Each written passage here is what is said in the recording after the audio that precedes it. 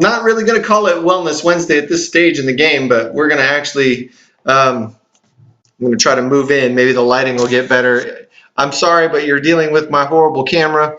The good camera is too slow when it connects, so the other one's not even here.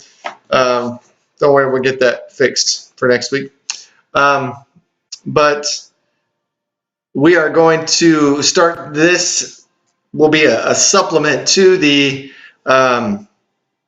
this will be a supplement to the Renew study that we're currently doing. So we're going to be focusing in on renewing ourselves through spiritual transformation with the help of the Holy Spirit, hopefully.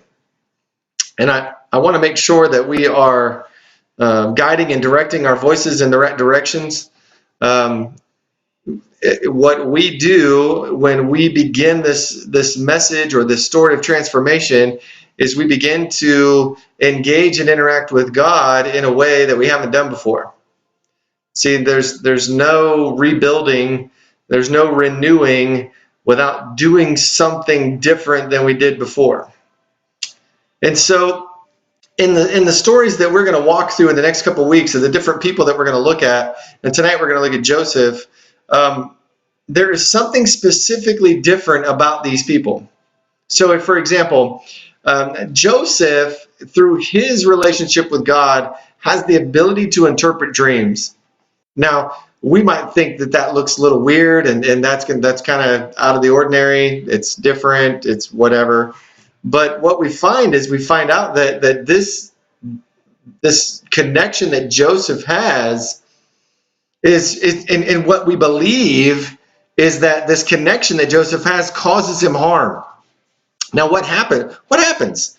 I mean, his brothers, his father, through all of it, the father feels like he's the best, he's the coolest, he's the nicest, he's the whateverest. And so what he does is he begins to act as though Joseph is the favorite. Now, Joseph probably could have handled things a little bit differently. He begins to talk to his brothers about the dream that he had, in which he said, I see myself and I'm ruling over you. And so what could have happened is that Joseph probably could have done that a little bit differently. But the brothers took it the wrong way. They took it the way they took it. They end up tossing him into a pit. They're going to leave him for dead. And so what we find is that in that moment, there is something about what happens to Joseph in which he has to internalize and realize that I did not intend my brother's harm, nor did I intend for that to be their response. So Joseph, in his relationship with God, is now facing turmoil. He's facing a big time trouble as he's in the bottom of this pit. He's stuck. There's no way he's getting out.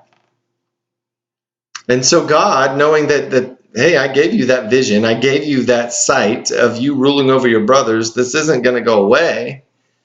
And so when he does that, he makes it very clear that you're not done yet, Joseph.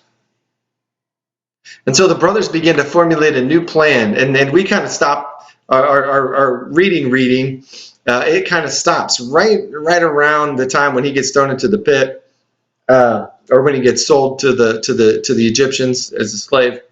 And so you can read on. You can read on through Genesis. That's in Genesis 37, by the way. Genesis 37, story of Joseph. I'm going to type that in here so that way we know what we're talking about. So in Genesis 37 is where we find the story.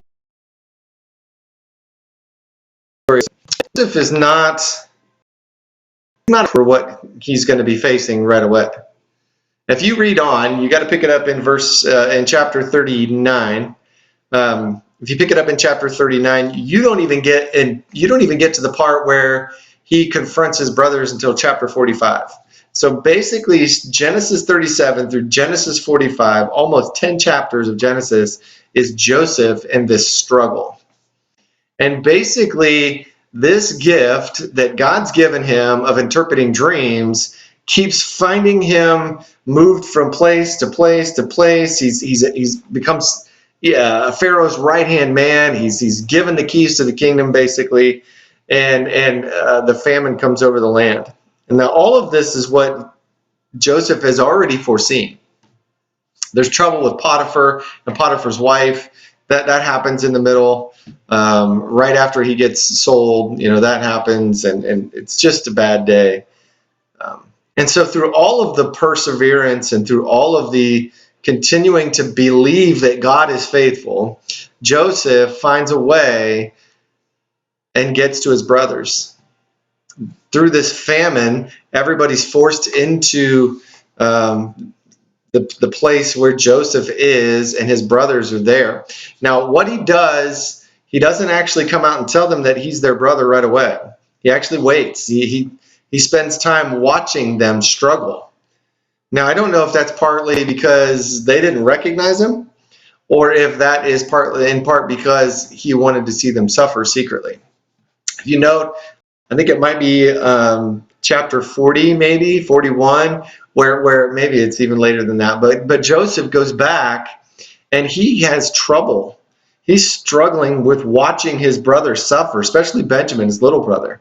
He's just in tears. He can't take it. He can't do it. And so he eventually, he kind of behind the scenes sees to it that they get these blessings, and they get this grain, and they get silver, and eventually he comes and tells his brothers who he is. Now, the crazy part about that story is there is such transformation that took place when Joseph was in that wilderness, and when Joseph was abandoned by his family. He was not just left for dead, he was then sold into slavery by his family. He was everything but lost, everything but gone. He persevered. He kept his faith. He believed that God was who he says he was. And what happens is Joseph comes to a place where he confronts his brothers. And his brothers are like cowering in fear, like he said this was coming and now he's going to take it out on us. But that's not what he does. And instead he says, you know what? You intended this to do me harm, but God intended it to do me good.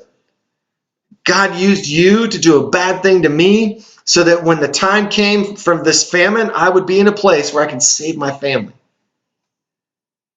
Now imagine if at all those times in the dungeons, in the pit, sold into slavery, if Joseph would have given up. What if Joseph had forgotten about who his God was?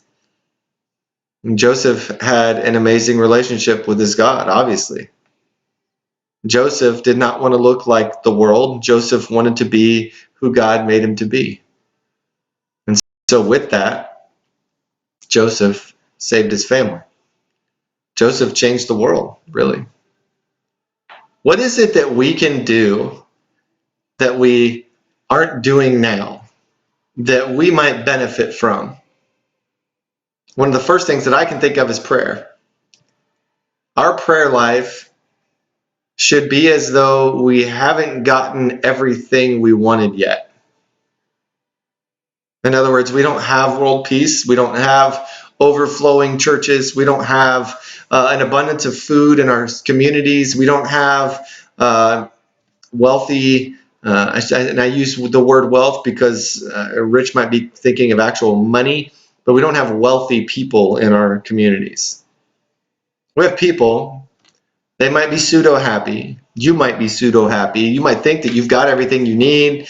You might have more than you need. We don't have the society that Christ wanted us to have yet, or he'd be back by now.